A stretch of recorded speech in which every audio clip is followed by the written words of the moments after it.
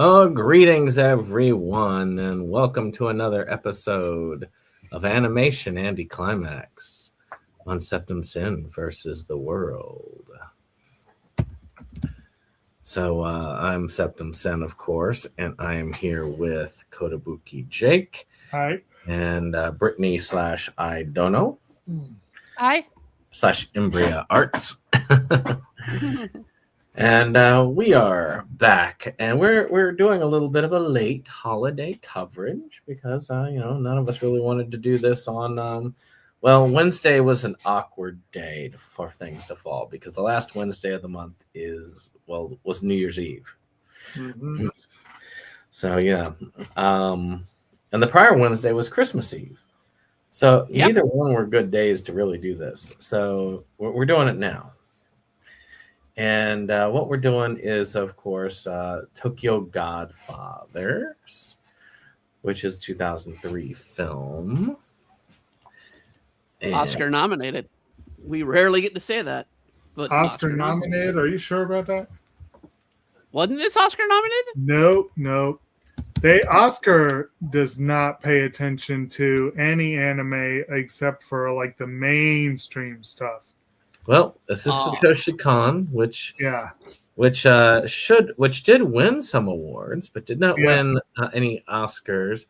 It got won for Best Animated Feature at the Catalonian International Film Festival. Mm-hmm. Got the Orient Express Award.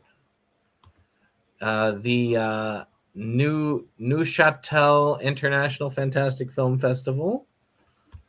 The Minichi Film Concourse, the Tokyo Anime Awards.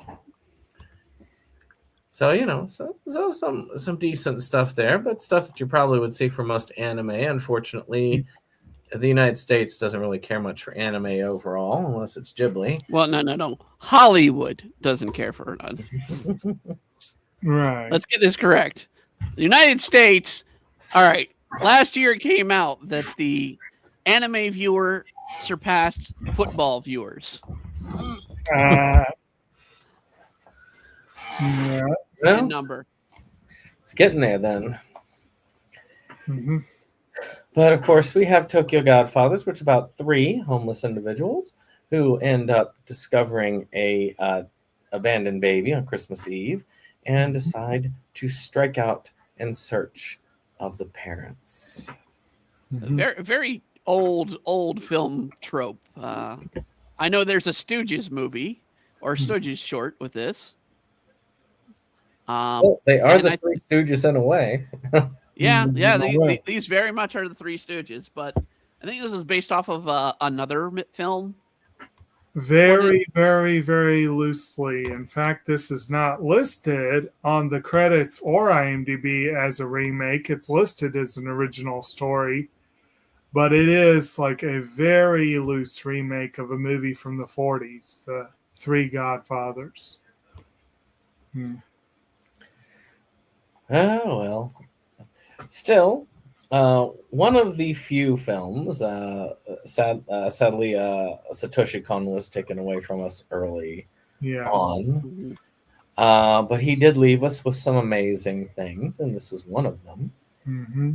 Yeah. And of course, we're also celebrating the fact that our channel finally got up to 500 subscribers. Oh, yes, I got the notification today. Only took me 12 years. I just realized something that's very, very depressing. Mm-hmm. Satoshi Kon was only 46 when he died. He was barely older than me. He was younger than me. Being the eldest here. He was exactly the same age I am. I guess I should watch out. You're in trouble. You haven't passed the 47 mark yet. Yeah. Well, I got 6 months. Jacob's got more to worry about. He's going into it. Yeah. Well, it's plenty to worry about, but we all passed the 27. So. But after all, this movie is it very much about overcoming things that You'd rather not have to. It was a rather cool. It was a rather interesting release too. I mean, I upgraded to the Blu-ray of it, I need to get that one. and it was kind of trying to look for it, and I was realizing I need to show this off on a pickup. That's why I couldn't find it. Mhm. That upgraded. But it Yeah, has gee, where'd your copy go? Oh wait, I have it. it does have the short film Ohio on it, which is a cute little, like, it looks more like a tech demo than a short film. Yeah. But still, it's kind of cool to have that. It has a number of special features, which again, very interesting to see for an anime movie. But I guess we'll go ahead and get started with this. So, Jake, was this your first time watching Tokyo Godfathers? It is not. No. And actually, didn't we cover this on the movie channel 3 years ago, something like that? I could look it up, but feel like while you're talking, I'll look it up because I've got the list. I have seen this a handful of times. Actually, at this point, this may be one of my most watched Satoshi Kon films. I feel like, in all likelihood, this one or Perfect Blue is probably the one I've seen the most, which isn't saying a lot. This is probably my, if I had to guess, fourth viewing, maybe third. We did cover it on Inside Movies. Okay. So it's probably about my fourth time seeing it. And I probably haven't seen it since we covered it. Because like I said, I feel like that was just 2 or 3 years ago. Unlike Brandon, I don't tend to make a point to hit movies every Christmas. If I did, this would be one I would make a point to hit, but I just don't usually do that. But I am likely to revisit Christmas movies more than some of the other options out there.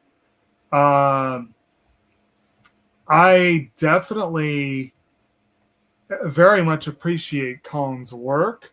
I would say this is probably his most grounded film in many ways. He likes playing with reality and perception, and there are a couple of sequences here where he does that, but mostly this one is a lot more straightforward than his other features, or than Paranoia Agent for that matter.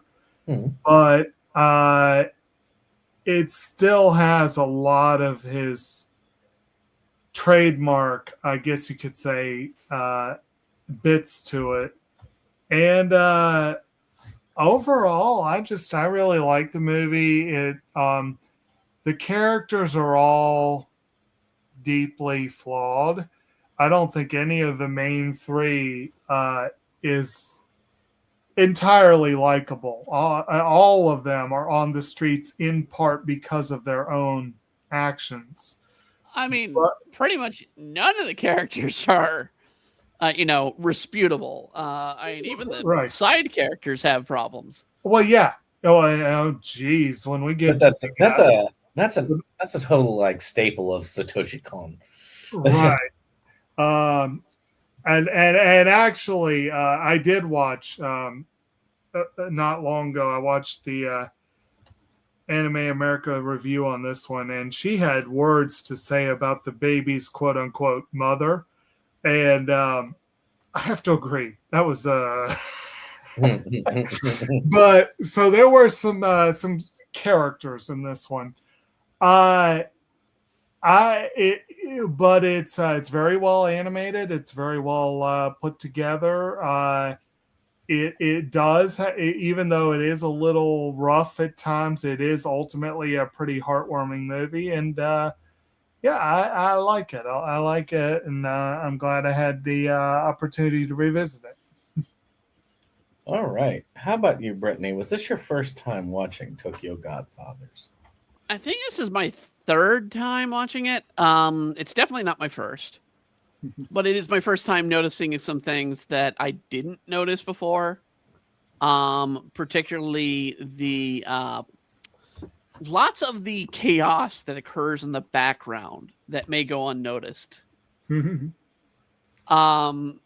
Stuff like the ambulance just running in, just completely crashing into the store.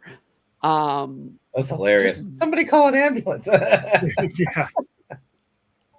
I didn't even get to hear any of that because my headset dropped on me there. But yeah, the utter chaos in this film is amusing in a comedic sense. I mean, this is very much, while it is comedic, it's very drama heavy as well. Because we're talking about very dark and serious issues that I have lived through. Some of the same stuff, being homeless, living out on the street and whatnot. And I can say, yeah, it gets that right, but at the same time, I question how the hell. And I mean, given it's the different country, I do know Japan has different laws for the homelessness and different ways they help the homeless. But how warm and homely they make these cardboard box homes, like we're seeing in the very picture before us.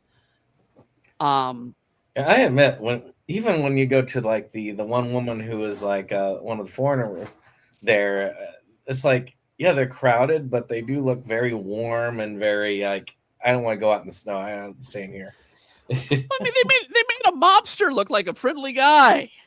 A Yakuza boss is all nice and friendly, warm and friendly. Because I mean, but I mean, it's a great story. I do agree that damn mother she's not fit for a mother. I get that she's mentally, unwell. Yeah. At the moment. Well, actually, let's get this straight. It's not the baby's mother. Right. The mother, air quotes, right. is not the baby's mother. She's a kidnapper. Spoilers. Yeah, spoilers for a movie. The mother is a kidnapper, and the actual mother comes into play at the end. But you don't really see much other than the quote unquote title coming forth of them saying, "I wish to make you three the baby's godfathers." Mm-hmm. So that's where we get the Tokyo Godfathers here. And I believe the original Godfathers was an Italian film. No, the one that IMDb cited as the source was a John Wayne film from '48. Yeah. It's a Western. John Wayne film. Okay. Yeah. Never seen it. I've only seen a handful of John Wayne films, but might have to look into it. I've never seen it myself. But... Well, yeah. Go ahead. It does play into the long history of Japan borrowing from Westerns. There's a lot of overlap there. Well, I mean, yeah, I mean, at this time, I mean, this came out in what, 2000? 3, you said, three? Right? Yeah, 2003. Yeah. So at the same time, we had just gotten out of the TV show of Cowboy Bebop, but Cowboy Bebop, the movie, came out around this time. Right. So the cowboy love was still going at the time. Mm-hmm. And it's just, but it's told in unique. If you know Japan, you know how people live about on in Japan. It really has that interesting concept. I was a little bit surprised at the you just walk into a kombini or a what would be here in the United States a little corner store, a bodega, and you can get the baby stuff that they needed there, and it's. From what I hear these days in Japan, it's like they still have some of the stuff available for free for babies. So I'm curious as to what they had to pay for in that bit, because you're constantly seeing them put down money. You're wondering, where are they getting this money? They're probably begging for it. I mean, then again, I don't know how that whole thing works in Japan because, I mean, obviously, I think they do odd jobs here and there because one of the characters did save up 30,000 yen. and that's a significant amount of money when you're, homeless and destitute. Well, I mean, given it was Hana that was the one that saved up the money. I feel in Hana's case, I think that was it was Gin Gin that he's talking about. Oh no, Yeah. Gin had money he didn't want to touch. Was what it was. That was the money that he didn't saved up for his daughter, and which of course we see at the end. He ends up having to put most of it down to pay for the hospital visit. Yeah. Which, I mean, all of them. I mean, Hana technically being a trans woman, and I can speak for Hana a little bit more here. I feel for Hana. I mean, I kind of would do I can see exactly doing the same thing, but Hana had a place to live this entire time. It's like you ran away from where you had still connections. Well, actually, out of curiosity, just to say, with this, because anime is not kind to LGBTQ representation usually. It's a mixed bag. How would you say as far as handling in this character is concerned? Surprisingly, I mean, it's treated the way I would expect from Japan. Meaning you're going to show the imperfections. As much as I don't want to, completely trash on my fellow sisters and brothers that are in the trans community, you're not there's going to be slights that you're always going to have when you transition that people can tell and whatnot. And it's good to kind of show the flaw, but at the same time, we still get that motherly instinct from Hana. We still get very much the caring and loving nature from Hana, because very much the baby is taken care of mostly by Hana, with the exception of the other two, getting the food, getting, the water, helping Hana out with the bill. It's very much on Hana to show that motherly side. As it goes on, we see more of Miyuki stepping up and doing that too. But Miyuki's very distant at the beginning. She's very, I don't want to be close to anybody. Why are you kind of getting me in this scenario? Right. And she opens up pretty much after she meets the foreigners. So all of them show growth as they go. Yeah. And even Gen, who, when you realize his background is probably one of the most worthless of the three, even though think about him, Miyuki, both of them were very selfish in what they did. Yeah. But they both have good hearts at the end of it all. Yeah. And what's also amazing to me in this film is the representation of Christianity. Yes. Which Japan is really weird when they do Christian movies, but this is one of the few times I can say Japan got it right. Although the singing was horrible at the beginning. I do love the scene. I do love the scene where you got the angel I will help you with my magic or a hospital. I was like, give me an ambulance. I was like, but I'll go ahead then. Anything else for your first impression? Not really. I mean, it's a beautiful film. I suggest anybody at least watch it. I know there's an English dub. I did not see the English dub. I don't think any time I've watched it, I've seen the English dub, so I've not heard it. I don't. Once. I feel like didn't they produce it for the edition you have, Brandon? Because I don't. The edition I have, I don't think there was an English dub. Came out in 2019. The 2019 edition for G Kids got the dub.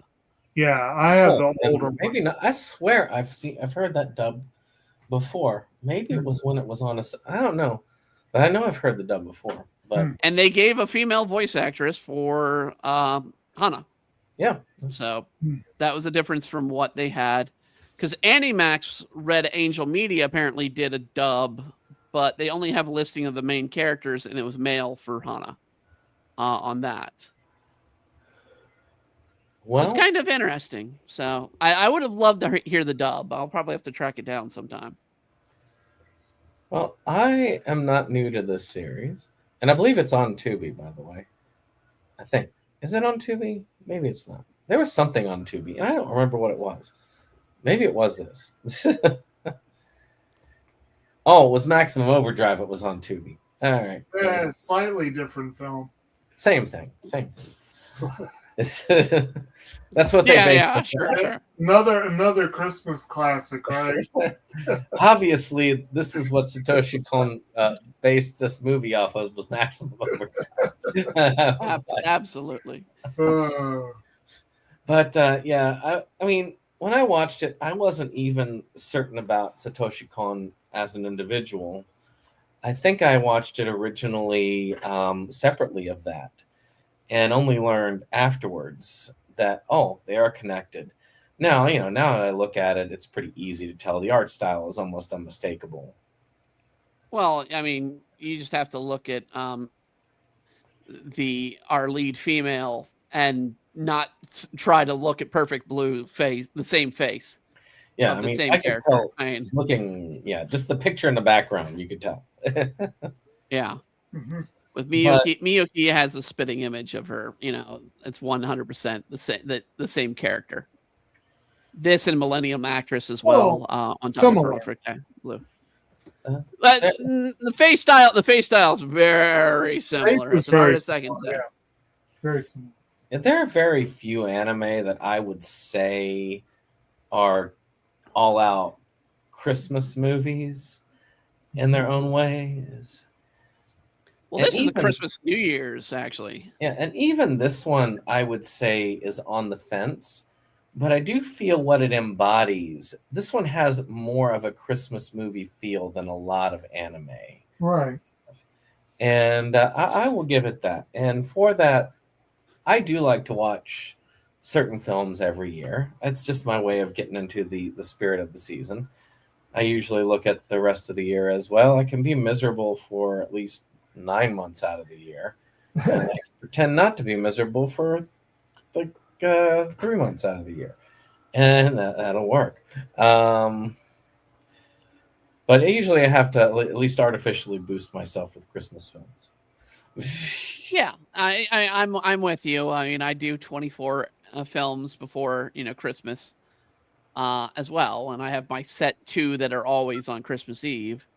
But I think this will add in my rotation regularly, because there's some movies that it's just like, I can't take this anymore.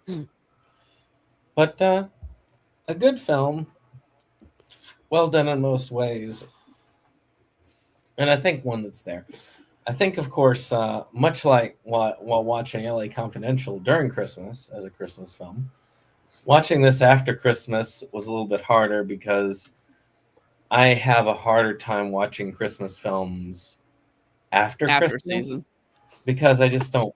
I have a hard time getting into it. Just like Well, again, as Brittany just mentioned a few minutes ago, one thing this has in common with LA Confidential is that it starts on Christmas Eve, but it's not strictly a Christmas movie. It isn't, but it has a Christmas feel for the whole. Right. Unlike LA Confidential, it is. It does have more of that holiday vibe, that's for sure. But I mean, you're very much getting the English concept of Christmas mixed in with the Japanese tradition of New Year's. Yeah. So I believe it goes all the way to January 5th is the last day when it ends. Which is appropriate seeing at this point of the year. Yeah. Yeah. But yeah, usually it's harder for me to get into it. It's sort of like, it's weird, like December, like the day after Thanksgiving till really around New Year's is the only time of the year that I really feel like I can watch Christmas films. Mm-hmm. I usually just zone out otherwise. Come on, there's an entire network of Christmas videos out there called Lifetime. But there's also the opposite is true as well. It's like most of the year, any other film is fine. But but for some reason, December, I don't get into other things that are not that way. So this one kind of hit me at an odd time, like where I'm kind of winding down from it. But it still felt really good, and I still felt the quality of it. It is a great film. It does have a lot of quality to it, but Satoshi Kon was a quality director and animator and all that. So, but I guess we'll go ahead and get started. It starts with that rendition, that Christmas rendition song that Brittany was talking about. as they're sitting in Silent the Night. church, Yeah. and you see two of our lead characters again, and Hana. sitting there, because it's like a lot of things. I mean, we can relate to this here, as a lot of these churches will feed people on the street if they come in for the service. It's sort of like that tit for tat thing, you know. I can state the fact that Hana's awake and listening and going, oh, all beautiful, and Gen's falling asleep is very relatable to every time I've been in church. Yeah. And then, of course, afterwards, where they're in line for the food, and he's like, "Joy to the world, the food has come." Yeah. Yes. Yes. Well, you know, I mean, it is kind of that way of like that kind of low down way of, well, you want that food, you're gonna have to sit through the message. Yeah. That's what they get. I've had to do that. So I mean, yeah, there were a few places, food banks, that would do that for you. So, you know, and they managed to grab a little bit extra, which they do take back to Hana, who's waiting separately because she is a runaway. So they're to Miyuki, yeah. Sorry, to Miyuki, and yeah, you can tell that they have their little group together and their own little squabbles with each other. But a lot of it feels well worn. Like the arguments are not something new. These are just a typical like back and forth for them. And we pretty quickly see another thing that I would say is a kind of a hallmark of Satoshi Kon is that his characters are very expressive. Yes. Like, exaggeratedly so at times, but he definitely gives them some very interesting expressions. And I do have another piece that I know would be down Jacob's alley when we get down to production. And I do think that there's one part of this that I thought was interesting while watching some of the special features on this, about the making of this, that that could definitely help you vibe more with the film, I think. But yeah, they of course are, it just establishes who they are. And Hana had said that she found this book set that she wanted to give Miyuki because, you know, every kid deserves a gift on Christmas. So they're looking through the garbage and they end up finding this baby abandoned in the trash. Gen wants to turn the baby into the police right away, and Hana's like, no. This was delivered to us right here on the holidays of Christmas. We need to take care of it, just at least for one night. On a very snowy Tokyo night too. I gotta say, Tokyo, it's rare for them to get snow in December like it is for us here in Virginia. It's a lot of snow in Tokyo. On this movie. But yeah, well, Tokyo, if I'm not much mistaken, to put it in terms of like horticultural zones, because that's something I'm familiar with, is the where we are here is basically zone 7B. Depending on where you are in town, it's around 7B, almost 8 if you're like in the museum district downtown. They're downtown. Tokyo is like 10. So Tokyo is analogous to like Orlando or even a little further south than that. So snow would be rare. It does snow, but it tends to not snow until like January, February. Right. So to see, but I mean, you're doing it in a Christmas sort of movie to New Year's movie. You kind of want to have that snow. Right. I mean, in reality, not many times do we ever see snow in December these days. Now, yeah, I know. A lot of that cold. It gets plain cold. We got snow on December. We just didn't get snow at Christmas. That's the only problem. Well, and it also is getting warmer. Like what I said before was truer 5 or 6 years ago than it is now. But I will say that, you know, when you think about a lot of these movies that were made and they're thinking about Christmas during December, we're talking about movies made in the 30s, 40s, 50s as the original setting of this stuff hits in. Well, yeah, it snowed regularly in December in those decades. Mm-hmm. So it's just nowadays, if it's going to snow here on the regular, not freak event put aside. Hey, there's a reason I created a song called "Dirt Brown Christmas." Well, actually, just this Christmas, Yeah. I went north, and there was supposedly a winter storm northeast of here. Supposedly, Yeah. I was in New Jersey for 3 days, and I saw patches of snow in the woods left behind. Most of it was already gone from that so-called winter storm. It was like you had to go up north, or right, but we're talking New Jersey, which is definitely north of here. Barely any snow right after Christmas. But it does give a Christmassy feel to it to look at snow. Yeah.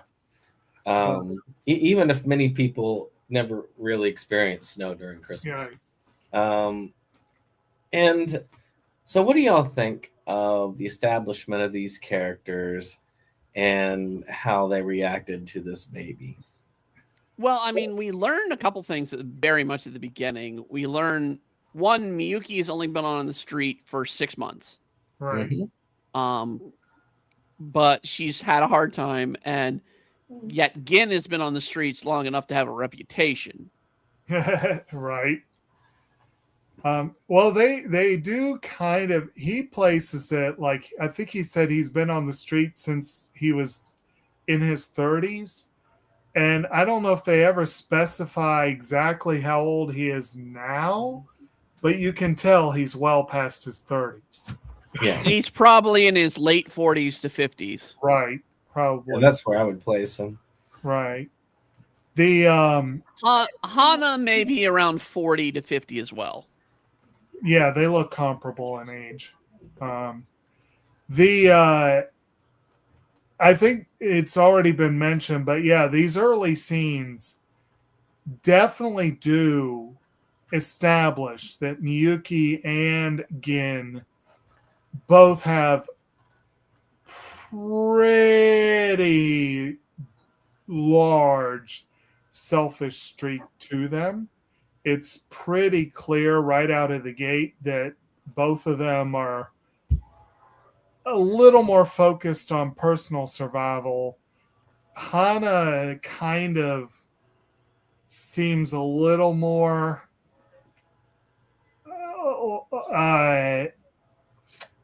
like they're all kind of desperate for family in their own way, but she's much more open about it, I guess you could say. Hana's more running from something than the other two are running. I mean, they're all running from something. They're all running. They're all running from something. They're all running. They are running from something, but I feel Hana's more running from something that she thinks exists and doesn't. Right. Whereas the other two are actually running from things that they have actually done. Right. Although Miyuki keeps talking about she's going to get thrown in jail. Yeah. Like, I think she thinks that what she did, her father won't forgive her, and that he's in a position to make her pay for it. They all think they're not going to be forgiven.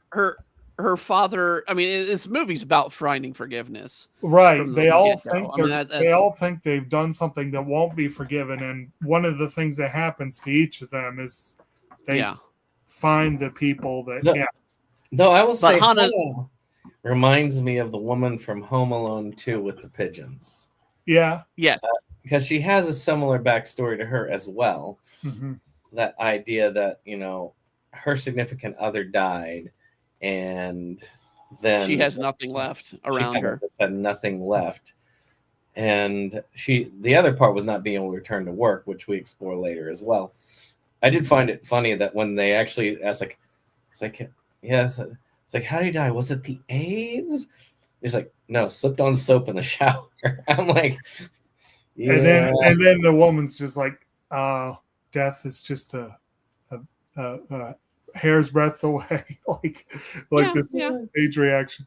And there are like little dark jokes like that scattered throughout. Like one of them early on, is that Hana makes it clear, like I said, she's desperate for family connection.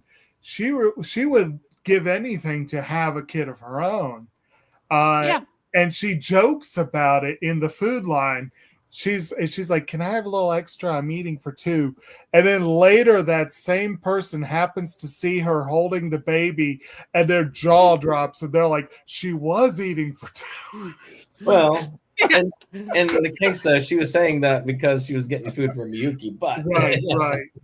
But still, that was. And to be fair, I mean, the way we see Miyuki when she's introduced, she is not one to go out and meet people. Right. She's very alone and caged in because she fears. And the thing is she ran away from her dad, from stabbing her dad, right, who is a police chief. Right. Well, yeah. Well, also a kid that young, if you go to a place like that, they will likely report you to authorities.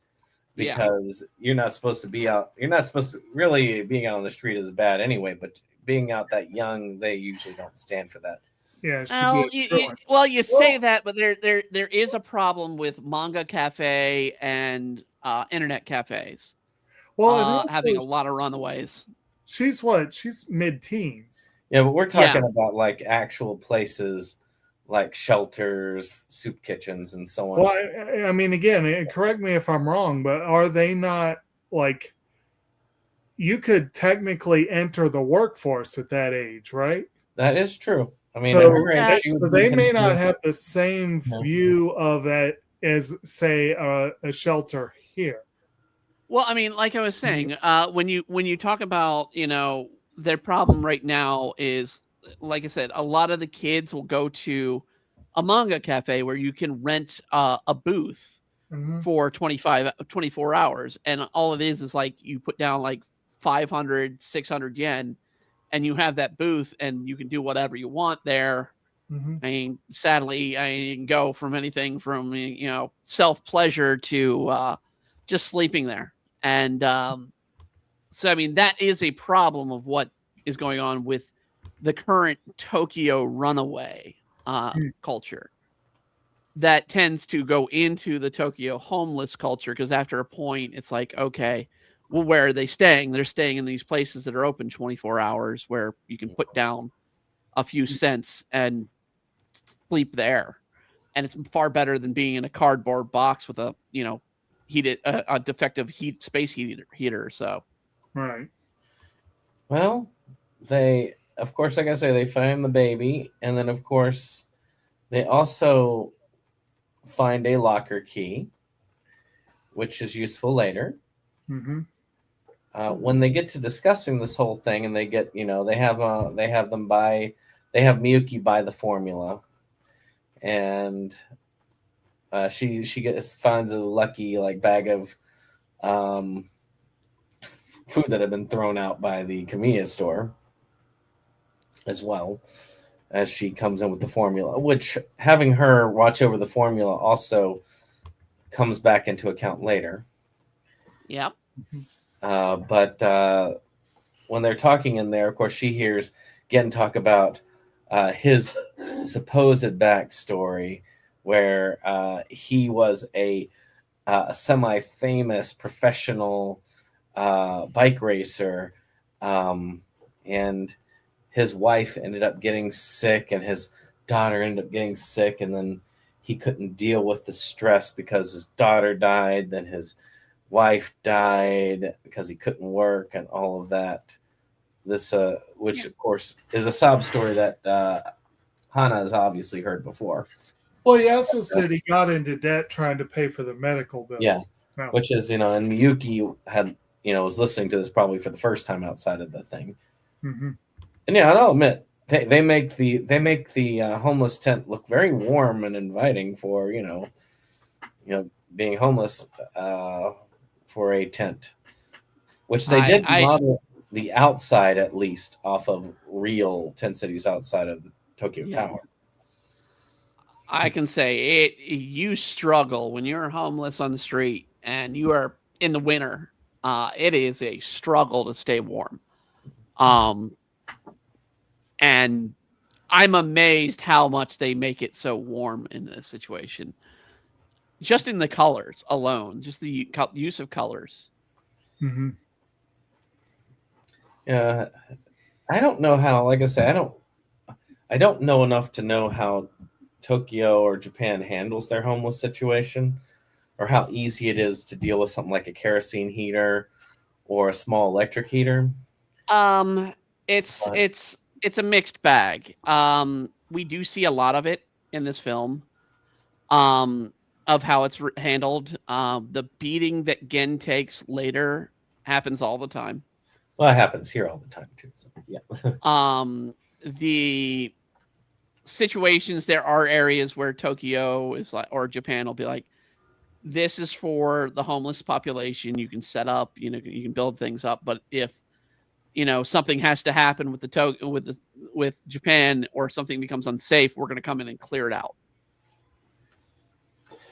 Well, I mean, they make these things look fairly architecturally sound with the way they design them in the film, but it's still. There are a lot of fires in Japan for homeless shelters. I'll say that much.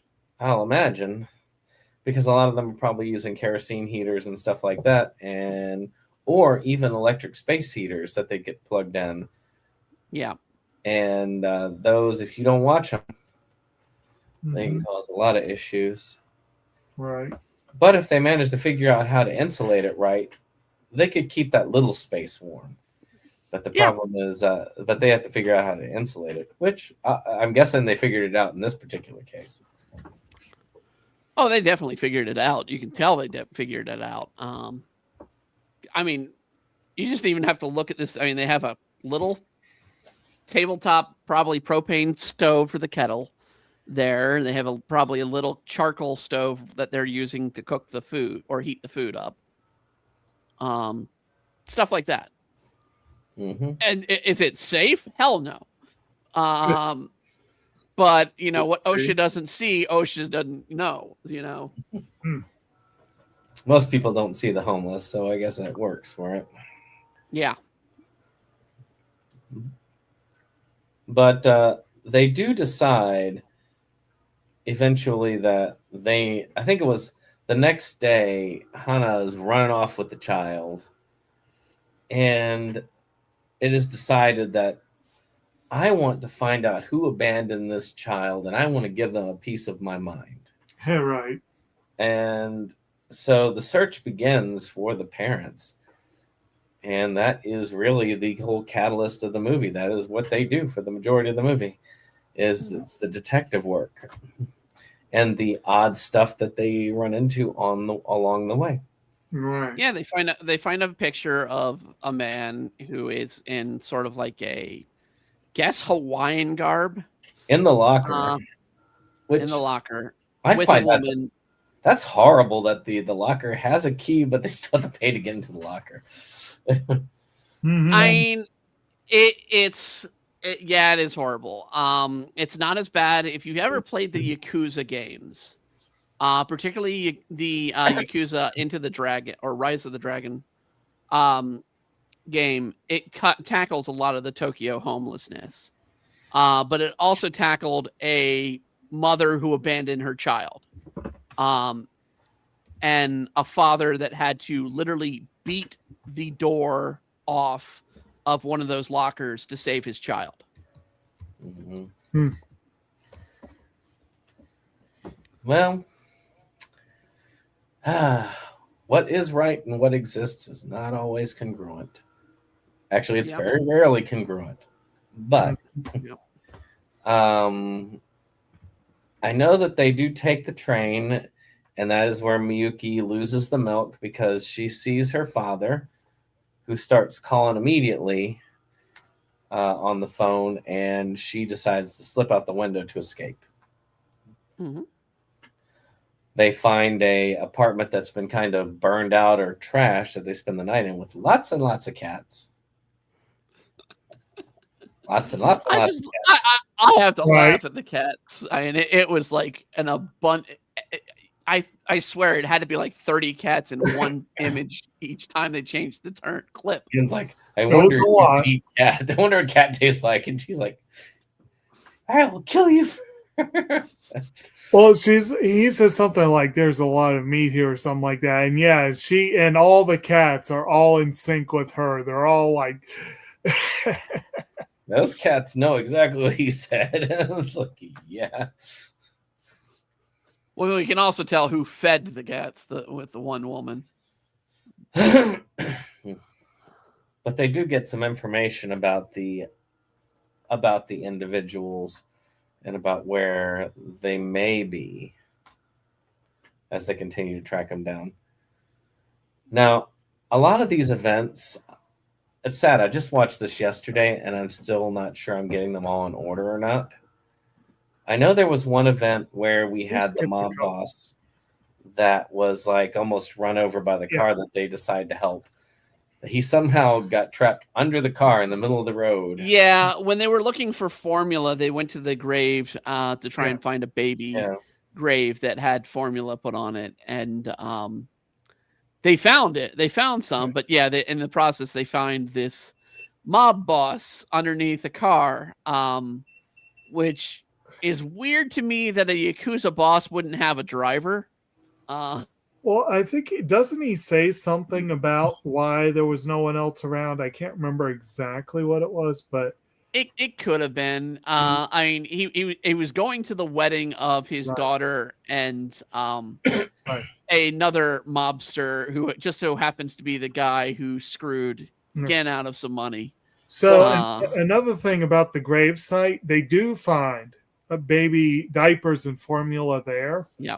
But Gen also pilfers alcohol from a grave that apparently was the grave that the Yakuza boss tells them that he had just been visiting. Yeah. That was like apparently his old man or whatever. This movie is loaded with a ridiculous number of coincidences. A lot of connections. Yeah. There are a lot of things that happen to fall just right.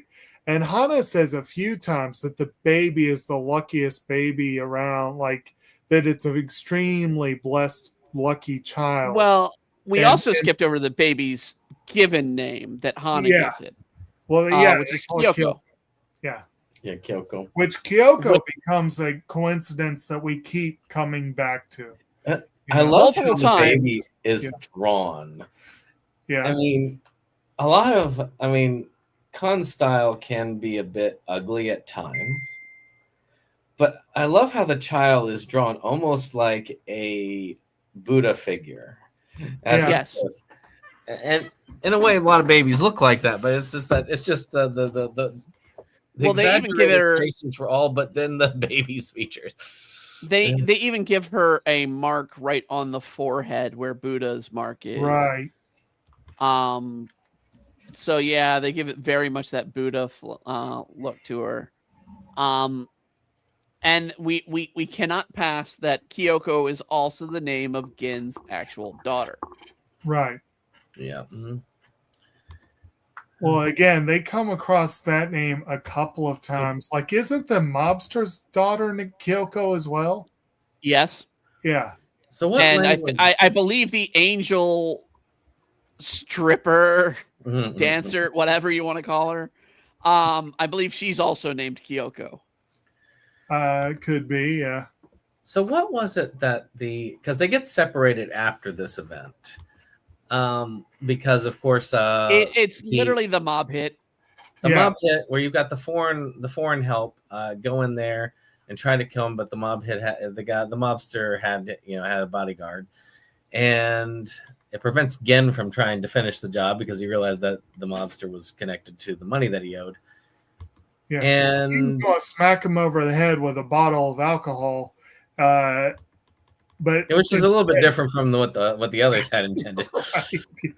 And the others just assassinates him right there, then and there, and is dressed in drag as a foreigner, which I find really unique. That when he takes his outfit off, he's all of a sudden taller and more muscular than you could imagine with that scenario. It's magic. It's magic. Magic. Christmas magic. I did find it interesting, and and I guess it's appropriate in a way because he kidnaps Miyuki and the baby, basically for cover, and he speaks apparently only Spanish, and she don't know crap for Spanish. So that's consistent with the English dub. All right. Right. Yes. That's what I was going to ask you, what language they had them speak, because in the English they have dub, them speaking. They are actually have them technically speaking Spanish. I think he's supposed to be from like Ecuador or maybe Venezuela. I mean, given all that's going on with Venezuela these days. It's South America, but it is not Mexico. Okay. That could be Colombia. More than likely, it's a country that people fled from. So that's why I'm kind of like Ecuador. Brazil. Brazil, they don't speak Spanish. So Argentina, they don't run from. It depends on what point in history with pretty much any one of those. Yeah, especially with Central and South America, it's hard to say because almost any country, even Brazil, but it wouldn't be Brazil just because they would be speaking a different language. So it would have to be any one of the other. Same with Argentina. They would be speaking a different language. So at any rate, he realizes that this child probably needs some care, and he basically, like I said, he used them as basically a meat shield to get out of there. But then he takes her to, I guess, his wife, who happens to have an infant of her own to help take care of the child. And then it turns out she can speak a little bit of English. Miyuki can speak Japanese. Well, I heard some English coming from her and Miyuki. Maybe. I mean, it may have been a broken English between the two of them that could have combined. It could have been that could have been a language that would tie them together. It was essentially they knew enough words to communicate, whereas he not so much. Also, a very cozy little place that they're at. I mean, cramped but cozy. And they actually treat her really well, even though technically they abducted her. They didn't really. Hana goes after, of course, Miyuki. Right. Yeah. And again, he's on his own. He ends up running into a dying old man, who really and truly is kind of that Ghost of Christmas Future thing of this is going to be your future, essentially. Mm-hmm. Pretty much. But it was a little bit comical as well because the old man did the multiple, well, my last wish. Yes. I'm going to die now. Last request. Hey, one more.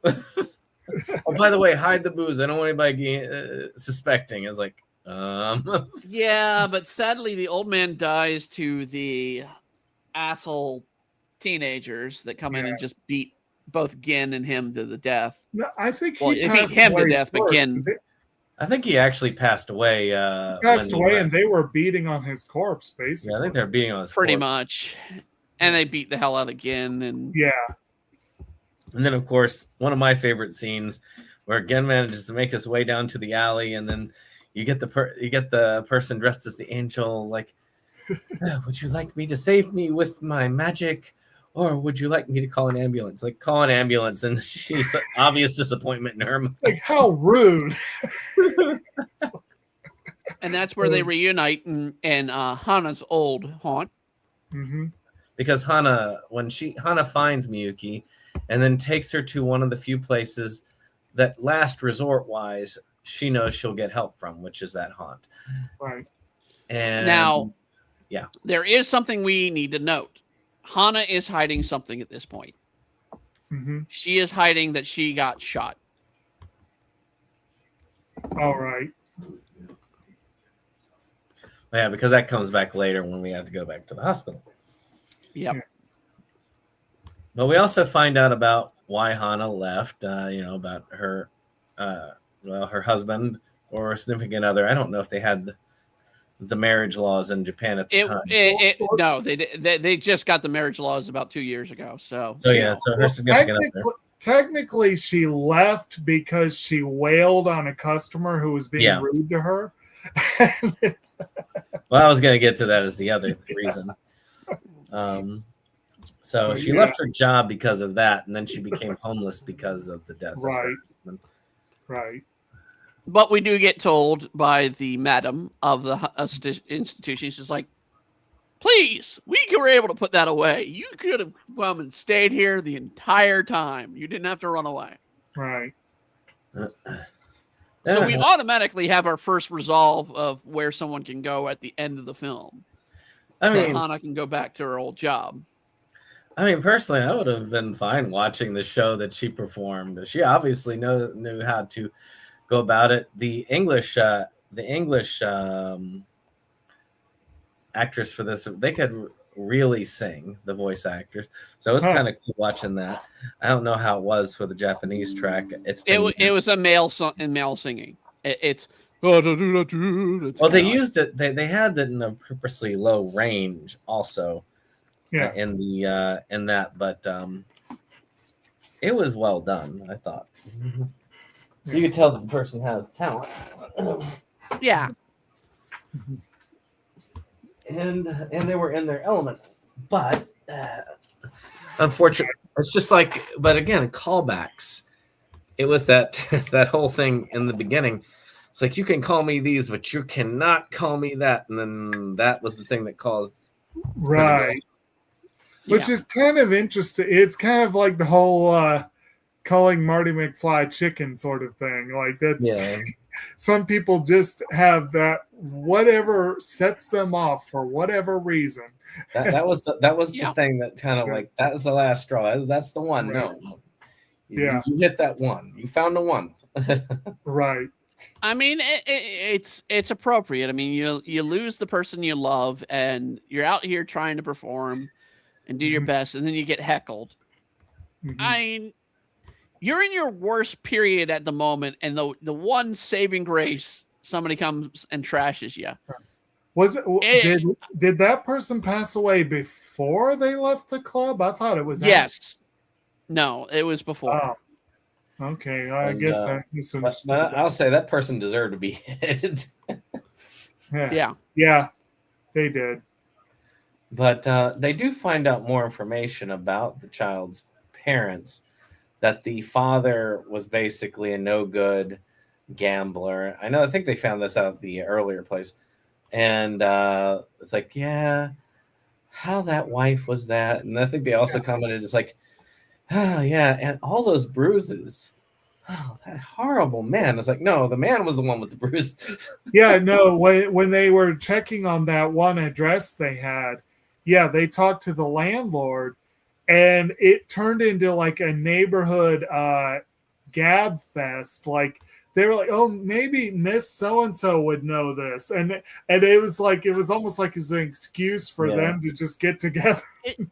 It's a regular joke in Japanese anime that the sort of old women are just this one collective mindset that just gather around and gab. Well, I mean, if you think about it, in traditional Japanese society, once the children are gone, I mean, that's the idea is like, there's homemaking, but that's about it usually for the women, because they're the traditional, not current, because current has changed to more of a 2-income family structure. But, the idea is the woman was supposed to give up her job and become the homemaker, and the man there. And actually in the early 2000s, this would still very much be the cultural thing.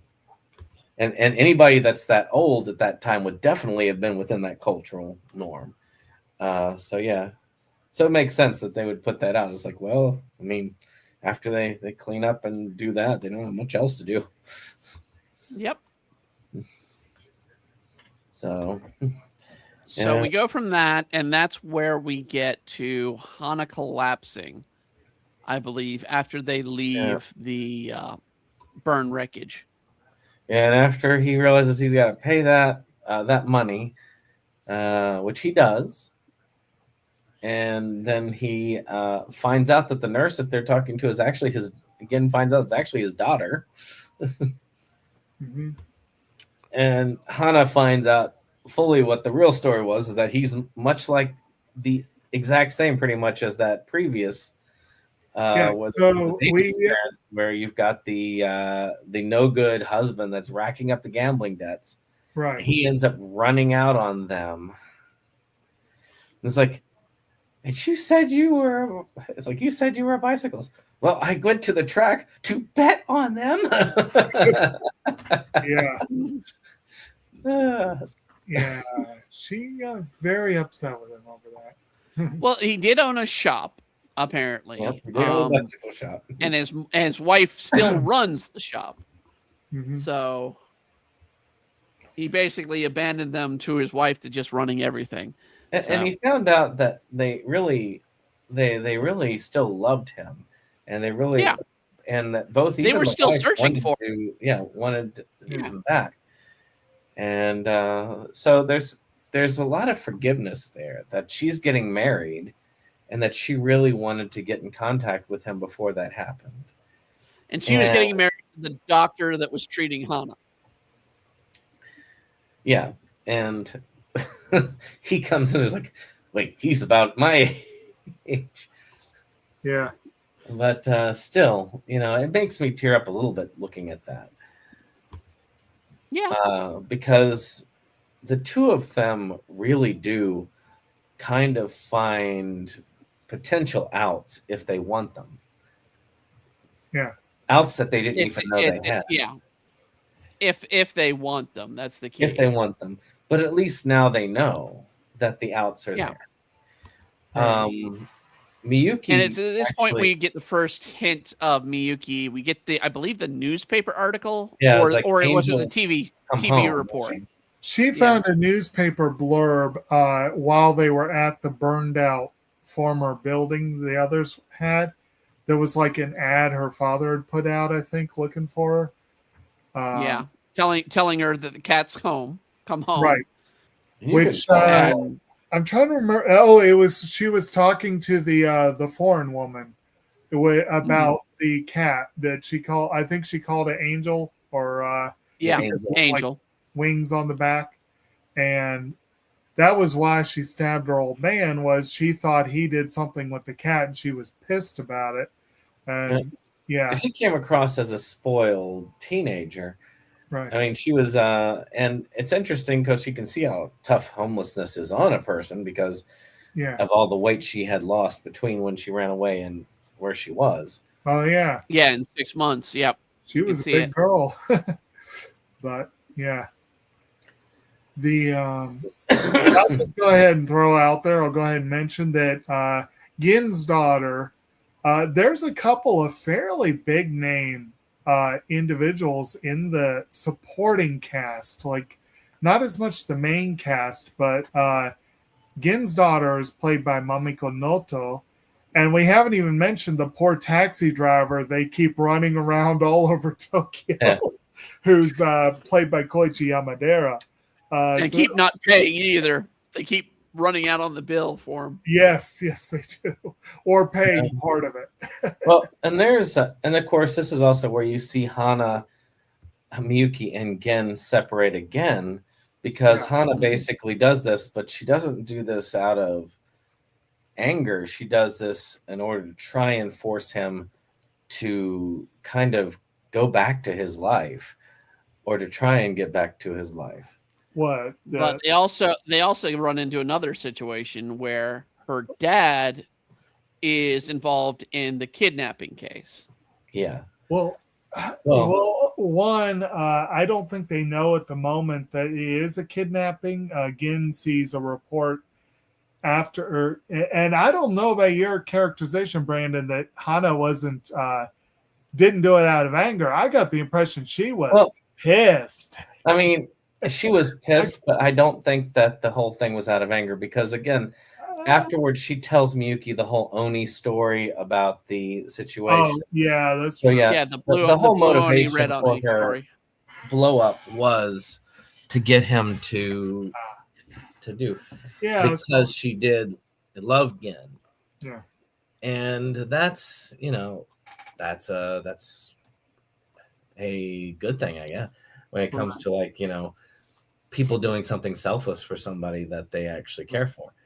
And then of course it separates out again. Well, and you mentioned like the kidnapping thing, or Brittany, the Gen sees the report about the kidnapping and thinks that it's about them and wonders like what. And this is also a sort of there's a couple of times where they do that, like where the old man dies when Hana and Miyuki hear in passing that, it was just some old homeless guy. She flips out thinking it's Gen, and she goes and hugs the corpse under the sheet until the sheet comes off, and she's like, oh. Yeah. Oh. I mean, it's the comedy of errors constantly at play in this film. But yeah, they separate again, whereas Miyuki and Hana find what they feel as the mother. And of course, Gen investigates the father and talks with him. And he finds out the real truth. Well, actually, I think they made some comment. I think Hana makes a comment that she realizes that maybe the parents might be pretty distraught. They might have changed their mind, and we need to find them before they do something. And then they happen to see a woman getting ready to jump off the bridge, and it turns out to be the one they're looking for. So they end up handing the baby over when Gen finds out that no, their baby died. Yeah. And he's like, oh shit. Yeah, right. And that's where things get really hectic at that point, because he's running back. They're realizing, oh crap. And it ends up with a confrontation on the roof with the woman, the baby, and her thought about just killing them both. Right. Yeah. Because of course she lost a child, and she was like, well, this perfect angel was here. Again, angels. And I couldn't leave without her. And Miyuki's the one who follows her out on the roof and is trying to talk her down, and they end up falling off together. Yeah. Well, Hana falls off with her. Well, not until I guess Gen must have talked some sense into her husband, because he ends up calls out to her, and it looks like it makes an impact. It looks like she's ready to, But you get the foot slip. You get the Tokyo snow, Christmas snow, foot slip. That damn snow that shouldn't exist. Was it a foot slip? It looked like she said she was going to do it anyway. Yeah, I got the impression that was fully intentional. I'll see you in the next life. She did think about it. Yeah. Like, he stopped her from jumping off in the first place, and then Miyuki talked her down, and then she was like, but then she was ready to go do it anyway. But yeah, you get that comical thing about one person grabbing onto the other person, grabbing onto the other person. Yeah. They do. Unfortunately, it ends up with Hana with Kyoko. Trying to keep Kyoko from falling to death, and does the. They get the whole what is it? The banner pole, right? And the miracle happens that saves them essentially. Yeah. And of course, because the kidnapping case is there, they're all three at the hospital, and we get to see that there is some reuniting, I guess, between Miyuki and her father.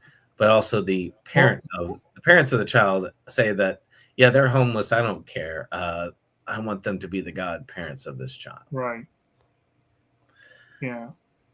The movie basically ends with Miyuki and her father realizing, wait a minute.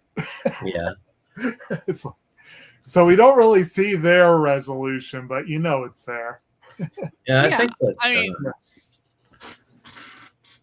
it's open for a happy ending if you want it, but it's interpretation. Right. I think that's the interesting thing about it, is that all of them have the door open to them for forgiveness and to return. You even find the guy that got shot survived.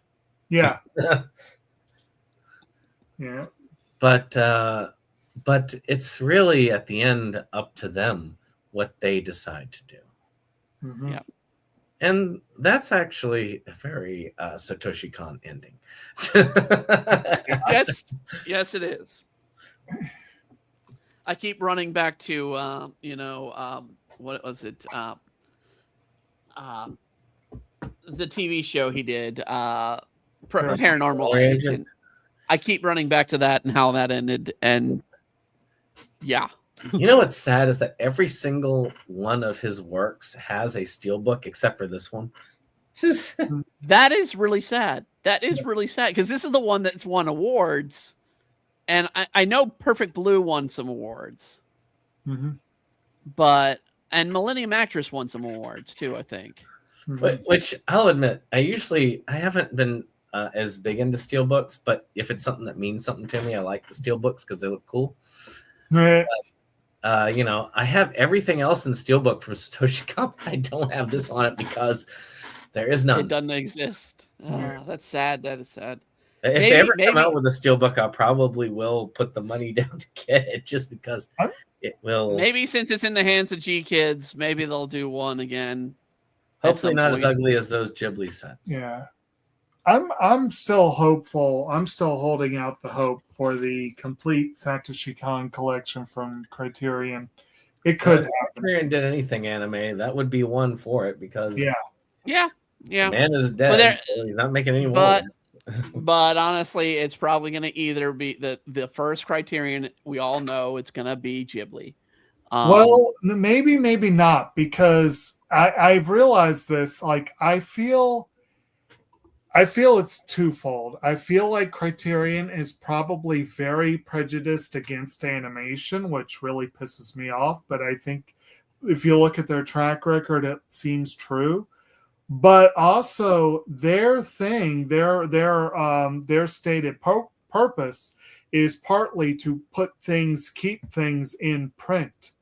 And I have a feeling there's probably insane licensing issues with most anime. Well, they should do Tessica stuff. I'm actually they should shocked. absolutely do Tessica. Yeah. I'm shocked that Disney let them put out Wall-E, honestly. I feel like Ghibli would probably be just as tricky. I feel like Satoshi Kon is more likely than a major studio like Ghibli. I could be wrong. The most likely box set to get released would be a Shout Factory box set. That is more likely. Because, Shout has owned the rights to distribute through G-Kids. Right. So it would be very likely that if there was a box set, it would be them. They probably have issues with the licensing, though, of Paranormal Agent. But they probably still being Paranormal Agent. Is it Shout Factory? I thought Funimation Crunchyroll had Paranormal. Let me see. Paranormal Agent. Funimation and Crunchyroll have Paranormal Agent. Yeah. Funimation did the distribution of Paranormal Agent. So they have that, but everything else is owned through. G-Kids has the right to distribute. Okay. So they could do a complete Satoshi Kon movie collection. Yeah, they probably. Yeah, they could do a movie collection. Yes. Yeah. So you never know. Cool. We'll see. And like I said when we started this, I said, anime has now surpassed football in the number of fans watching. So I wanted to say this for production for Jacob. Okay. Because I know your feelings on these things, and this might, if you haven't figured this out, it might be something that will endear this movie more to you. What's that? So, of course, part of their making of this movie is they did scout out a lot of the locations that a lot of people don't necessarily go tourist-wise in Japan and Tokyo. Right. I don't know about you, but I don't particularly think of the homelessness spots as the place that I really want to go. Right. But on purpose, they tripled the number of physical items in there for two reasons. Like they would take something and they would double the amount of trash in an alley, or they would double the amount of items in a store. One was to show the amount of plenty that people had where they were trying to force people to pay for these items that couldn't afford to pay for them. Okay. 2, they were trying to show a lot of the materialism that we have in life and how our need for things seems to sometimes outweigh our need to help others.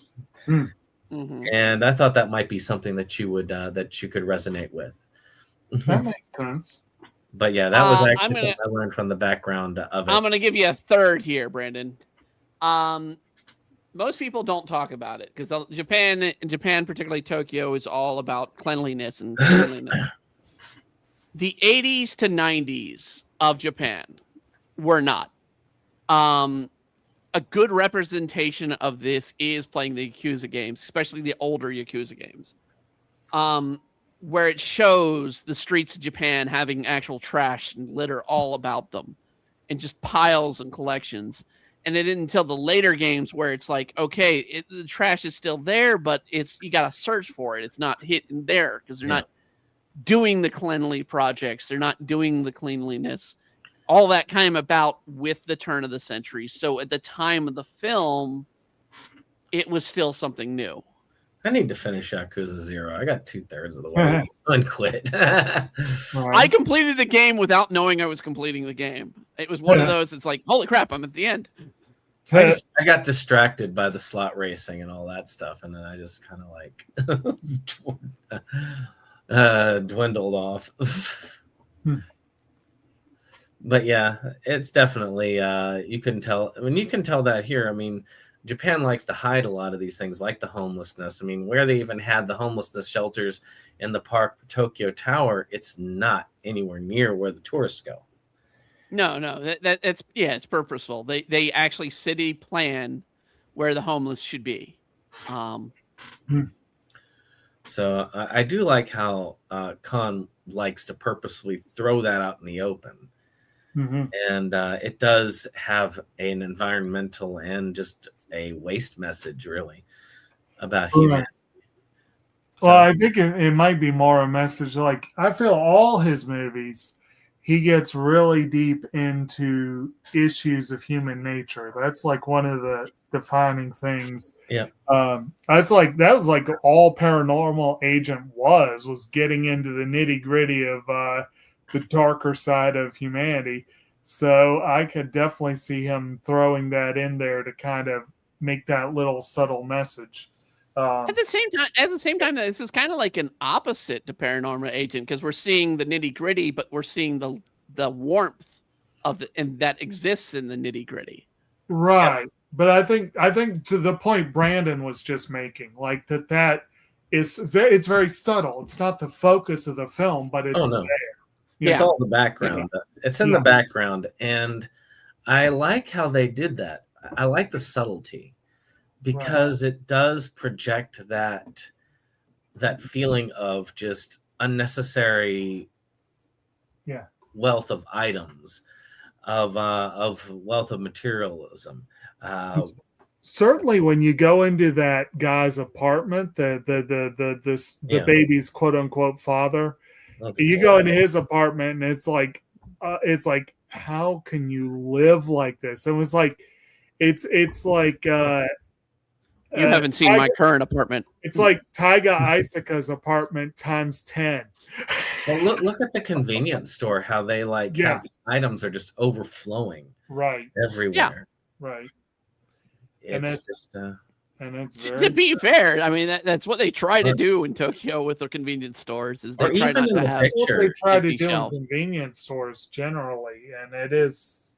It is an issue. It is even in the pictures that we see here. You can see that there's a lot of stuff. Yeah.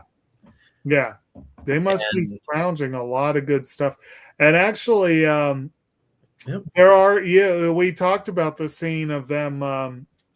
Scrounging for the books where they found the baby. I don't know if we really talked about the scene where Miyuki was scrounging. They found a lot of stuff. Yeah, she found that bag of food, and then she ran into the others, and she saw that baby book there. So she exchanged some of the food she found for that book. Right. more of she took the book and left some food behind. Right. But still, Yeah. You're not going to, when you're homeless, you don't complain about getting the food. You, Right. Get what you get. Mm-hmm. So, but I just wanted to throw that out for production. Mm-hmm. I mean, to me, the animation and art is very Satoshi Kon. Right. So, but what about y'all for animation quality? The animation flips all around the place, but in the same time, it's very loose and comedic in its treatment, and it's meant to be that way. It brings the personality and the emotion a little bit better when you have that sort of loose style like they did. It's very I feel like the attention to detail is definitely there. Like I said, with the characters are extremely expressive, exaggeratedly so, and yet they're like, it's like a realistic. The character designs are very realistic, but their expressions go into very cartoonish territory, and that is kind of fun. I feel like there were a lot of warm colors, particularly surrounding, like this scene we're looking at right here. Like, yeah, there are scenes where it's very washed and very dark, and but there are scenes where it's very warm and very inviting. Pretty much anytime they're on the street, right, it's cool colors. Right. Every time they're in a building, it's warmer colors. I think the only exception to that I can think of was the wedding. Well, the home of the father of the child too. Yeah, that dude's apartment was not warm. God. No, there were but definitely the scenes of like this scene that we've got in the background here, the scene with the immigrant woman's house, there were scenes that were like, I feel like there were a lot of warm tones and a lot of And the intricacy of the backgrounds is amazing. Oh yeah. But we talked about that a little bit with the stuff that they added, because they had like 2 times the stuff. Yeah. They also, we also briefly mentioned before, I don't think any of Khan's works got quite as trippy as Paprika, but Perfect Blue, Paranoia Agent, even Millennium Actress had a lot of like fantasy sequences, a lot of things that got really crazy and weird and wild. This one has a couple of dream sequences, and like the part where he meets the quote unquote angel has that sort of dreamy quality for a minute until it suddenly is not. Like it. You reminded me that he made Paprika. Oh my God. Yeah. Call the ambulance. It's not nearly as trippy as the other ones, but the few fantasy sequences that are there, they have that kind of dreamy, weird quality that's typical of his other stuff, I guess you could say.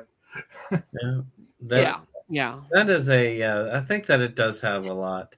I think this is the most down to earth one of the ones that he's done. But yeah. Well, I mean, it definitely. Because both Perfect Blue and Paranormal Agent very much was about mentality, and the concept of reality and mental concept. This is very much about finding forgiveness within yourself and within others.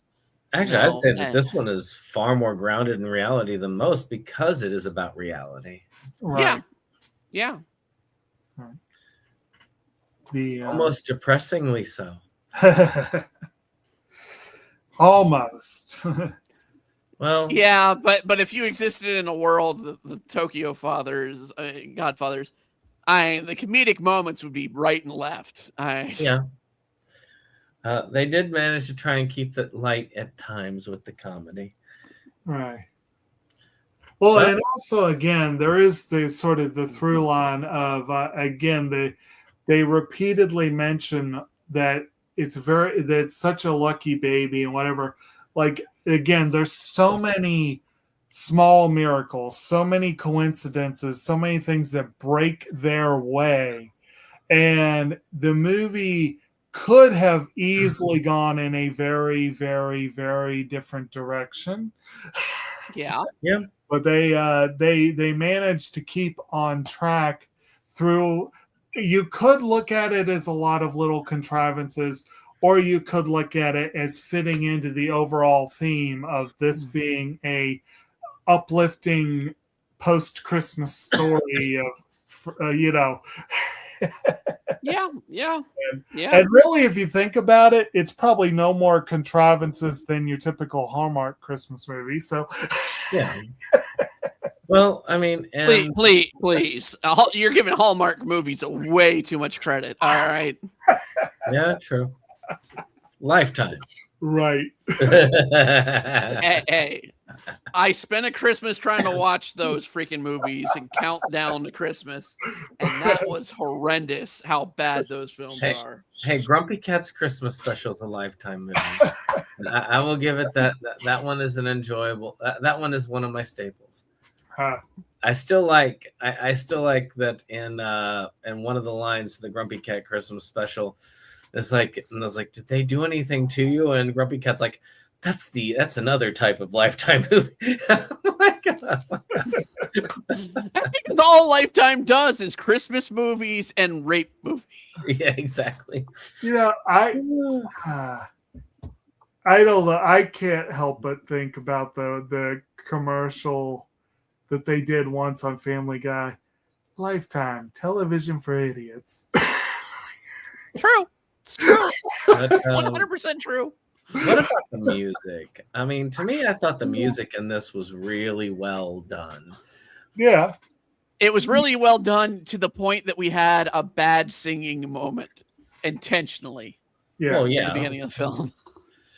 I mean, we can't all be like Home Alone, where they have the perfect choir music in a place where the acoustics wouldn't have allowed for that.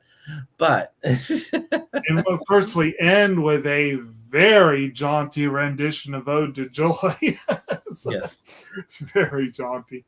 But yes, it was good. I really wouldn't feel "Ode to Joy" is very Christmassy, but sure. Well, actually, I think there is a hymn that uses that as the base, but I'm trying to remember what it is.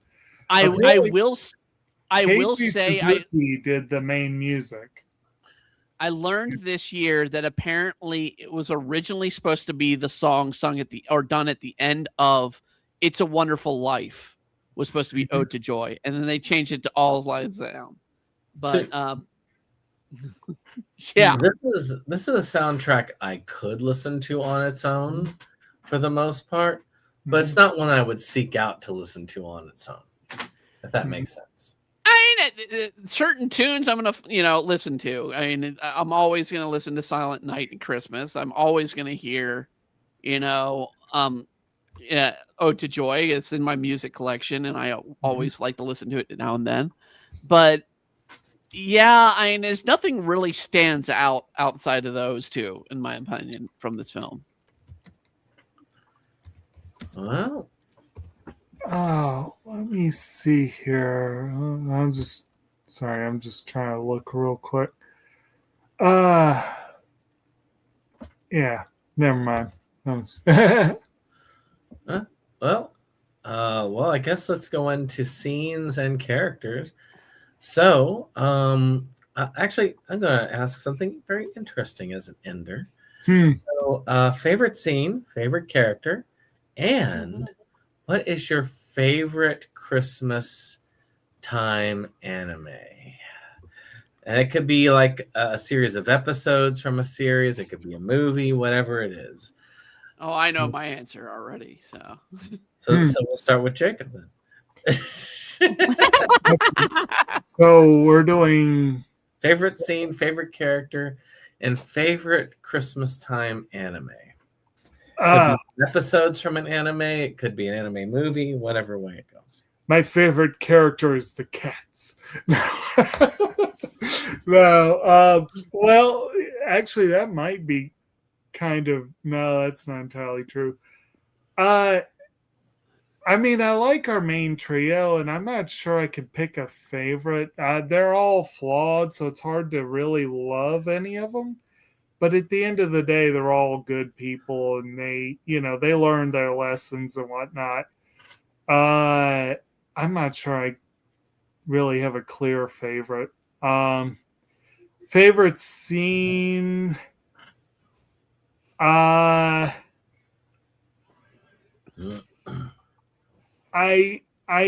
think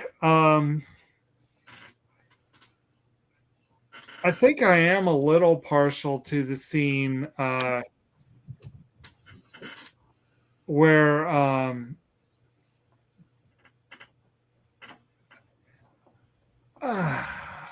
this is hard to say. I think I'm tempted to say I'm very amused by three comedic set pieces. One is the scene with the cats.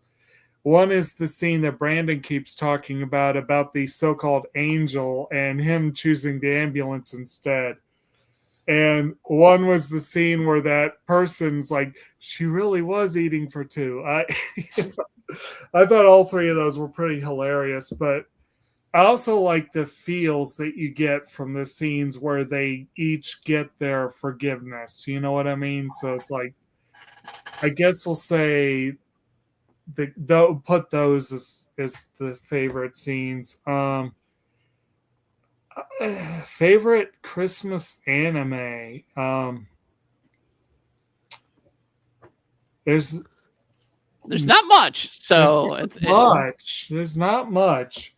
If we're looking there is a variety that can be chosen from. There is a variety. Yes. And I just rewatched the Ranma special about a week ago, and I do like that. That is a fun episode. I still love the Love Hina Christmas special. That was a favorite of mine for a long time. I don't even think the creator of Love Hina liked it anymore. If I remember correctly, I think the Mezunikoku had a good one too. But if you're talking like standalone Christmas anime, this one definitely is one of the top ones too. So maybe a toss-up between this and Ranma, I guess. All right. How about you, Brittany? All right. Favorite character, easily enough for me. I've lived the same life, Hannah. Favorite scene, I have got to give credit to the scene where they're getting out of the taxi driver and trying to convince him that, oh, no, we the money's covered. The money's covered. Here, have this. But that between that and the mobster under his own car. Yeah, that was pretty good. I didn't find that how do you get to that point? So those two scenes kind of remind me for that. Yeah, I have been pinned by a car before, but not that badly. No, yeah, that dude was seriously pinned. And then for Christmas, I have got to go to one of my favorites that I've been watching recently and read. The first episode of Hayate Combat Butler. Uh-huh. I still need to see that series. The first episode has the most asshole Santa I have ever seen, where he dreams about, because his parents are jackasses that are literally ran out on their kid with the debt. The Santa's like, no, you can't have Christmas presents. You're poor. Poor people are bad. And it's like, what the hell, Santa? So yeah, it's the most memorable Christmas anime moment I've ever seen. Oh, what was that one that had the black Santa in it? What was that? Was it the Diary of a Crazed Family? Is that the one I'm thinking of? Possibly. That one had a fun Christmas episode too. So, for my favorite character, it would be Gen. For my favorite scene, it's the angel scene. Yeah. That will stick out in my mind for a while. My favorite anime thing to watch around Christmas would probably be the Toradora Christmas episodes. That one's good too. I really love the Christmas song that they sing. Mm-hmm. It's very well done, and it is very pretty to listen to. Which I usually don't like the high pitches, but that one actually plays very well into it. I put that on my Christmas playlist this year. As far as, but there was one that stands out, and I can't think of the name of the anime. It was about like it's a Kyoto. I don't know, maybe Jacob might remember, but it had like the martial arts Santa Claus and the you had like the cat goddess girl. Yeah, and all that. wasn't that the Diary of a Crazed Family? The one where the little cat girl was the quote unquote mother of the group. I can honestly say I have not watched that anime. Let me see what it looks like here. Yes, that's it. That must be okay. Yeah, because I can only remember the Japanese name because I've never seen it. I've never heard of the English name. That's the first I've heard of that. Yeah, I've forgotten. It's been so long. I've forgotten exactly. It was like Kazoku Niki or some such thing. Kyoran Kazoku Niki. Yeah, which I don't think that's even available to stream anywhere. And I never got a physical release here, did it? Nope. That's a shame. That was a fun one. Let me see if it does have one, because that was a fun one, and that was There's probably a one of my. As I stated, Crunchyroll dropped a bunch of old titles onto their channel. Well, it's not been on Crunchyroll to my knowledge. I dropped Crunchyroll and I don't miss it. That's fine. I mean, I perfectly understand you don't miss it. I'm just saying. Over the last 2 weeks, that's what they dropped because they had nothing to drop because anime doesn't really air on New Year's. Episodes, apparently. YouTube has a couple of episodes. That's it. Nope. Crunchyroll does not.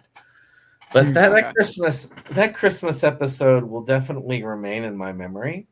It is too bad that series has not had a localization here, but it should. But there's a lot of anime that should. Cheeky Angel should have a localization. Where is our Cheeky Angel release? YouTube. That's where it is. Actually, I think that's one that all three of us could agree on, is that Cheeky Angel needs a full localization here. Right. Well, I mean, we're just now getting Gintama on Netflix. So I think Gintama has a little bit more pull than Cheeky Angel, but both I feel deserve to be out there. I wouldn't know. I've only read like the first 3 or 4 volumes of the manga and watched the film. I will say Gintama is one of the only anime I can state that had a Japanese film live action that actually did well. What's between that and the Kenshin series? Those are probably my favorite live action Japanese anime films. I need to actually watch the anime for Gintama because the movie takes it too serious. And the manga really does just come across as a very bare bones parody of Kenshin. And nothing that is as wild as what you've talked about in the anime, Brittany. I mean, those that have watched it love it. That's all I can say. I have a not legal copy because it's the only way you could get the full series. Sitting at my desk, and I have watched a couple of the episodes. I know all of it is on Crunchyroll subbed, or it was on Crunchyroll. It may not be still on Crunchyroll, but they may have lost the license. And I know they dubbed one season, and it's like a weird season because it skips around in episodes. Yeah, I have all of the physical releases that were official for it, but that's kind of weird and spread out. Yeah. But then again, that's the thing. Anime localization is there. But of course, I'm also at that same point where I'm like, I really want to see some of these series again. I've got so many other series that are sitting in the collection that are legit releases. I will say Hitman Reborn is being re-released or being a new series release. That is going to be more faithful to the manga. That's coming out soon. So that's a series that I know, Brandon, you and I watched. I think, Jacob, maybe you watched a little bit of it. I watched a little bit. I have not watched all of Reborn because I stopped around maybe 2/3 of the manga, 2/3 of the way through. But I have read the manga all the way through. And I do have all the original series because Discotek released all the series. Speaking of ones that got remakes, I need to get back to tomorrow if I make the time to read, which is possible because it's a day off, but it's also unlikely because it's a day off. I am at the tail end of finally reading all of Fruits Basket. So that'll be good to have that done. And now I just need to watch the damn show. I've seen the original, not the remake. What's up? Viz has recently launched a full-on set for just the manga of Fruits Basket recently. Yeah. And it's like a huge box set, and it is on my list to get because it's like I want the full series. Cool. I have the full series on anime, but I don't have the full series on in manga form. So there's so much that I would love to see localized fully. Yeah. I really would like to see. I mean, I've got a bootleg of the Sailor Moon live action, but if we could get the I never understand live action localized, why can't we get the Sailor Moon live action localized? I will say that is probably one of the most pirated series of Japan, and I don't understand why it has not aired on any network. It's not like they streaming make money from like localizing it here. I would love to see. I know it's mostly Netflix keeping it from a physical, but I'd love to see them finally get the last of the Sailor Moon Crystal stuff done on physical. I mean, Eternal, and then the other movies. Basically, the last ones that they did in movie series, which were super. Yeah, Netflix tends to kill physical productions. Not all the time, but sometimes. Yeah. Just like it's going to for WB when they own that. Yeah. Well, that's up in the air if they'll get it or Paramount will get it. But I mean, I don't think Paramount can buy it because technically they have CBS, and that would give them control of. I don't think that Paramount will do it just because they've tried a hostile takeover and they were blocked by they managed to get blocked for it. So a lot of their last efforts. I think it's going to come down to the network capability and the fact that Netflix does not have a news network connection, that they probably have the advantage on the I think Netflix will get it. The only thing that's left is that they are trying to appeal to the president and the FCC to try and see if they can get that leverage. Yeah. Which is possible, but we'll see. We'll see what happens. I mean, though he has expressed that it would be great for Paramount to own Warner Brothers, he hasn't stepped in personally for it. So I don't know if that's going to happen. So, all right. But like I say, you never know. That's the only way I could see Paramount really doing it, is if the president actually does step in and say, okay, I'll use my power to force the sale, which is possible. Yeah, we'll see. But for now, I'm not sure that either. I don't want either of them owning it, but unfortunately, it is what it is. It is. When I mean, it could go to Sony. Sony could come in as the black horse. They have a lot of money on Sony's end. You know what would even be worse? Disney. Disney does not have the fluid. Disney doesn't have the money to do it, but I mean, we talk about a dark horse coming in. Well, there you go, Dark Horse. The Dark Horse Comics comes back from the dead and buys Warner I think Dark Horse definitely could not purchase it. Dark Horse is struggling as a company themselves right now. Right. I'll admit, out of any solution, that would be the one that would surprise me the most. Dark Horse Comics now owns WB and DC. Right. Dark Horse then owns DC. That would be something. If they can do that, then they can give me the rest of the damn Oh My Goddess. I finally found one of the books I'm missing Right. in A Second in Charles, when somebody was just like, oh, I'm getting rid of this. This is on the books to get rid of. It's like, that's one of the original releases of Oh My Goddess. Oh my God, I'm getting that. All right. Well, with that being said, next month, we're not going to do one at the end of this month because I really don't feel like we have the time to truly get something watched. Not with how this group does. But Jacob, of course, you don't have to make the decision now. But by the beginning of February, you do have a pick. Yeah. What we watch at the end of February, which will be due February 25th. Now, I'll admit, the earlier you get to it, the more time we have to actually get through whatever it is that you're doing, and the more time you have to get through what it is that I think that's the more important. I have plenty of time on my end, but you and Brandon have the more restrained time. Right. So, I mean, for me, it's always up in the air. Sometimes I have a lot of time, sometimes I have no time. So it all depends on how work is doing and what I'm doing as extra projects at work. Like right now I'm watching, what was it? Natsume's Book of Friends. Because I can finally watch all the seasons that never came out here on streaming or any other type of localization, which will help me finish that series, which it irked me that I can only watch the first 4 seasons and one of the movies here. I need to get back to that one. I have it's a fun series. Oh yeah, I started watching it. I really can't remember how far I got.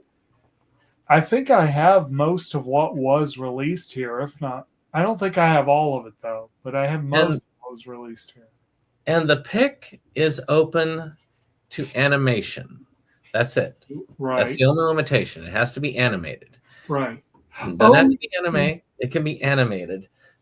Movies, series, whatever. So if there's something that you really want to get into that's in there, it is there. Like I have been debating for June Over the Garden Wall, but I haven't decided whether I will or not. But there's a lot of... I haven't watched that one, so yeah. I've got a couple of options. I gotta figure it out. But, So just let us know. Work them out and let us know. Yep. And I will announce it on Facebook when we know. All right. And we will go from there. But if you are watching us and you love this kind of conversation about films, then you should watch Inside Movies Galore, where we converse about lots of films. And this month we are talking about robots that are attacking and technology that is attacking back. Yes. And we have already talked about Maximum Overdrive, which, of course, as we have discussed, is the inspiration for this movie. Oh, obviously. Absolutely. Yeah. And, of course, next Monday, we are discussing Ex Machina. So we have a lot of there. And hopefully we'll have Brittany on with us at the end of the month when we discuss the Metropolis anime.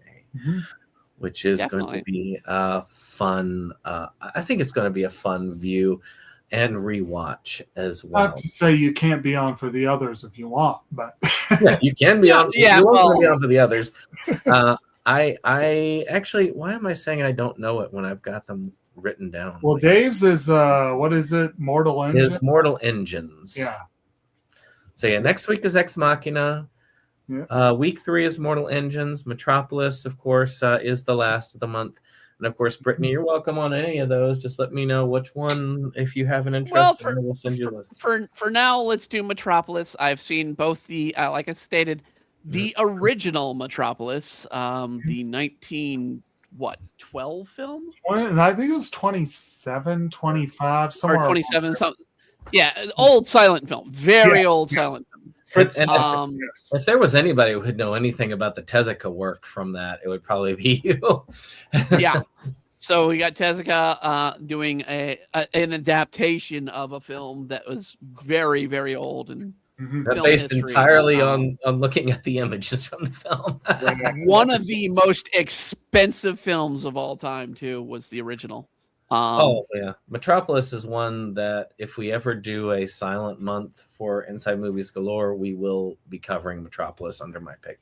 It's really between that and M, because both of those really need to be shown, because those are both amazing silent films. Well, M is not strictly silent. The whistled tune is a very, very important part of the movie, but but it still counts as a silent. Right. Yeah. Alrighty. All right. Well, with that being said, I hope you all have enjoyed this. If you have, subscribe, click share. I mean, shoot, we're at 500 subscribers now. Let's get to 1,000. At 1,000, we might make like 10 cents a month for this channel. What? Yeah, I know. That'd be great. But in any case, we do appreciate each and every one of you who subscribe and who listen, who watch. And of course, if you are watching and you enjoy our content, you should check out Brittany /idono/Embria Arts and her content.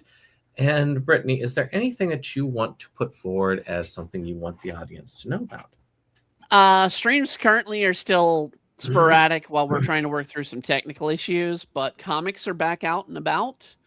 A lot more content's going to be coming out written by me as well this year. We're going to be doing some individual novelettes this year, as well as working on trying to complete a second novel. So all that on top of doing the streams, we're going through Persona 3 Reload and finishing up Baldur's Gate as well on the streams for our video game plays. So fun stuff. All right. And like I say, if you want to get into Brittany's channel, there is a link down below in the description, as always. So have a wonderful evening, and we will see you later. Good night, everybody. Good night.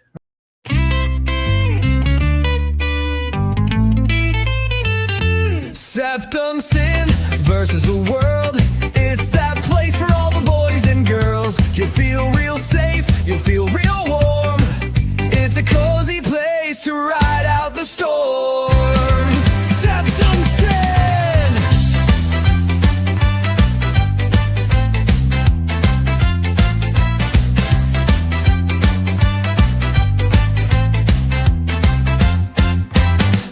SeptumSin and his best boy Jake see the trends that scare us every day.